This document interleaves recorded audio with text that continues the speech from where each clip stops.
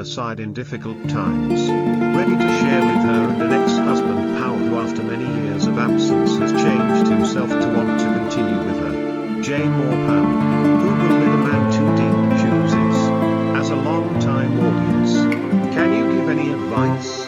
Today, let's continue this extremely unpredictable story. Tu Diep stood quietly under the porch, watching the golden rays of the late afternoon sun stretch across the small path that led to her garden. Summer in the countryside always carried a sense of peace, but inside her, a storm was quietly brewing. Her heart was torn in two directions, toward the old, painful past with her ex-husband Pao, and toward the present calmness and promises of a new future with James, the man she met after walking away from a broken marriage.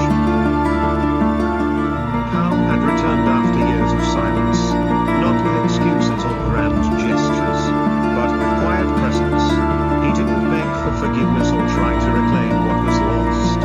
Instead, he showed up early in the mornings, lifting crates of vegetables, shoveling soil, helping around her modest home. His eyes no longer held arrogance, but a quiet humility. His voice was softer now, weighted with meaning, like someone who had learned how to listen, how to love without control.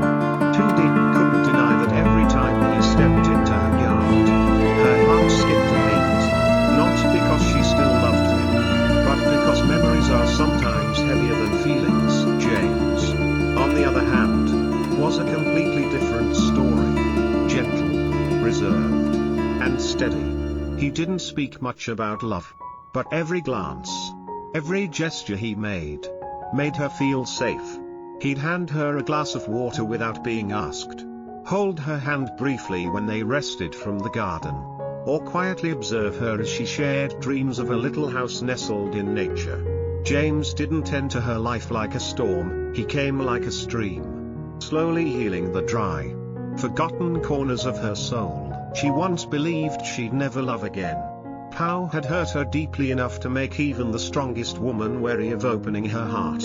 But time, and James, made her realize that love doesn't mean the absence of pain, it means the willingness to try again, even after you've been broken. Still, Pao's return shook everything she had just begun to rebuild.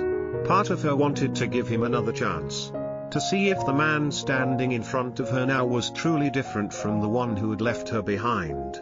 But another part urged her to step toward James, who carried no painful history with her, only a quiet promise of something new and kind. One afternoon, the two men crossed paths in front of her house.